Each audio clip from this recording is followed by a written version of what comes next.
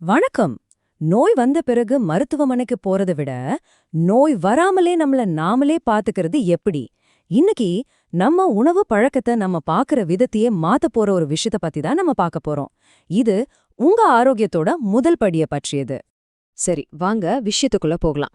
நாம ஏன் சில உணவுகளை விரும்பி சாப்பிடுறோம், சிலதை வேண்டான்னு சொல்றோம்? இதுக்கு பின்னாடி இருக்கிற அடிப்படை காரணத்தை ஒரு சிம்பிளான கேள்வியோட ஆரம்பிக்கலாம்.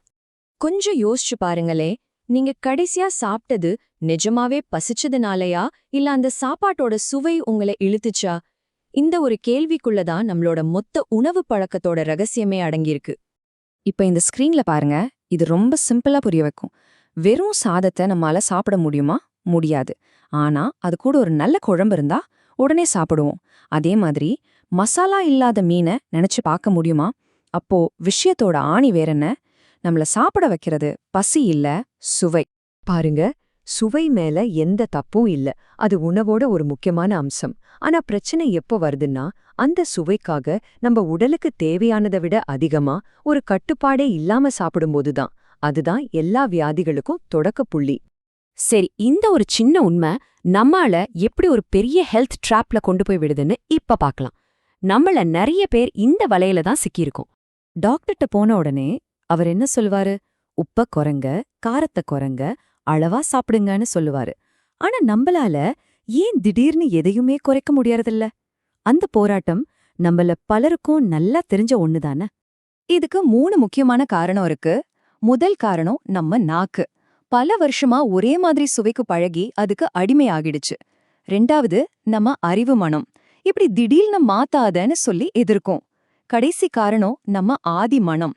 அது இந்த மாற்றத்தை ஒரு ஆபத்தா பார்த்து பழைய பழக்கத்துக்கே திரும்பச் சொல்லி போராடும். இந்த 3 எதிரிகளால தான் டயட்டிங்கிறது பெரும்பாலும் தோத்து போகுது. அப்போ உண்மையான நோய் எப்ப ஆரம்பிக்குது? டாக்டர் உங்களுக்கு வியாதி இருக்குன்னு சொல்ற அன்னைக்கா? சான்ஸே இல்ல. உண்மையான நோய் பல வருஷத்துக்கு முன்னாடியே நாம ரொம்ப ஆரோக்கியமா இருக்கோம்னு நினைச்சிட்டு இருக்கும்போதே நமக்கே தெரியாம உள்ளுக்குள்ள ஆரம்பிச்சிடுது. இதத்தான் உள்ளார்ந்த நோய், அதாவது லேட்டன்ட் டிசீஸ்னு சொல்றாங்க. இன்னைக்கு நாம சாப்பிடுற சாப்பாடு தான் நாளைக்கு வரப்போற நோய்க்கான விதை. நாம ஆரோக்கியமா இருக்கோம்னு நினைக்கிற ஒவ்வொரு நாளும் இந்த நோய் நமக்கு தெரியாம உள்ளுக்குள்ள சைலண்டா வளர்ந்துட்டு இருக்கலாம். சரி, இவ்ளோ நேரம் பிரச்சனைய பத்தி பேசிட்டோம். இப்போ சொல்யூஷனுக்கு வருவோம். இது ஒரு கஷ்டமான டயட் கிடையாது. இது நோய வராம தடுக்கிற ஒரு வாழ்க்கை முறை மாற்றம். இதுக்கு பேரு தான் மறைமுக உணவு பழக்கம். இந்த தடுப்பு முறைக்கு 2 முக்கியமான உணவு வகைகள் தான் பேஸ். ஒன்னு பழங்கள், இது உடம்புல தேவையில்லாத கழிவுகள் சேராம பாத்துக்கும். இன்னொன்னு காய்கறிகள், இது நம்ம குடலை ஆக்டிவா கிளீன் பண்ணி ஆரோக்கியமா வச்சுக்கோ. என்ன சாப்பிடுறோங்கிறது ஒரு பக்கம்னா, அதை எப்படி சாப்பிடுறோங்கிறது இன்னொரு பக்கம். அதுவும் ரொம்ப முக்கியம். அவசர அவசரமா சாப்பிடாம மெதுவா ஒவ்வொரு வாய் சாப்பாட்டையும் ரசிச்சு ருசிச்சு சாப்பிடணும். தண்ணிய கூட ஒரே மூச்சுல குடிக்காம ஒரு மருந்து மாதிரி கொஞ்சம் கொஞ்சமா குடிக்கும்போதுதான் அதோட முழு பலனும் உடம்புக்கு கிடைக்கும். இது ரொம்ப ஆழமான ஒரு பாயிண்ட். நம்ம மனசு சொல்றத மட்டுமே கேட்டுட்டு உடம்பு சொல்றத கண்டுக்காம விட்டுட்டா என்ன ஆகும்? முதல்ல உடம்புல நோய் வரும். ஆனா அதோட நிக்காது. அந்த உடல் வலியால நம்ம மன நிம்மதியும் போயிடும். இது ஒரு முடிவே இல்லாத சுழற்சி மாதிரி. இப்ப இந்த மொத்த சைக்கிளையும் நம்ம அடுத்த ஜெனரேஷனுக்கு வராம எப்படி தடுக்கிறதுன்னு பார்க்கலாம். சொல்லப்போனா இதுதான் இந்த டாபிக்லயே ரொம்ப முக்கியமான ஒரு பகுதி. இந்த வரிகளை கொஞ்சம் நல்லா கவனிங்க.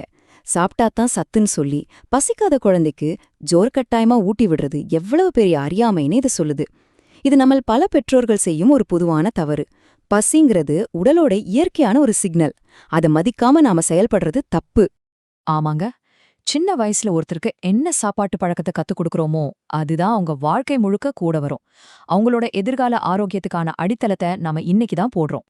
அப்ப குழந்தைங்களுக்கு எப்படி இந்த நல்ல பழக்கங்களை சொல்லிக் கொடுக்கறது? ரொம்ப சிம்பிள். அவங்களுக்கு அவித்த காய்கறிகளையும் பழங்களையும் சின்ன வயசுலயே அறிமுகப்படுத்துங்க. எப்பவும் அளவா சாப்பாடு வைங்க. எல்லாவற்றையும் விட முக்கியம், அவங்களுக்கு பசி எடுக்கிற வரைக்கும் காத்துருங்க. பசிங்கிற உணர்வை அவங்களே புரிஞ்சுக்கட்டும். இப்படி செஞ்சா அவங்களோட உள்ளுறுப்புகள் சுத்தமாகும், நோய் எதிர்ப்பு சக்தி தானா வலுப்பெறும். இந்த முழு விளக்கத்தோட மொத்த சாராம்சமும் இந்த ஒரு வரியில இருக்கு. சுவை தப்பில்ல, அளவுதான் தப்பு. சுவைய அனுபவிங்க, ஆனா அளவ கட்டுப்பாட்டுல வைங்க. நோய் வந்த பிறகு கஷ்டப்படுறத விட வர்றதுக்கு முன்னாடியே நமக்கும் நம்ம அடுத்த தலைமுறைக்கும் ஒரு நல்ல உணவு பழக்கத்தை உருவாக்குவதுதான் புத்திசாலித்தனம் இல்லையா? நீங்க என்ன நினைக்கிறீங்க?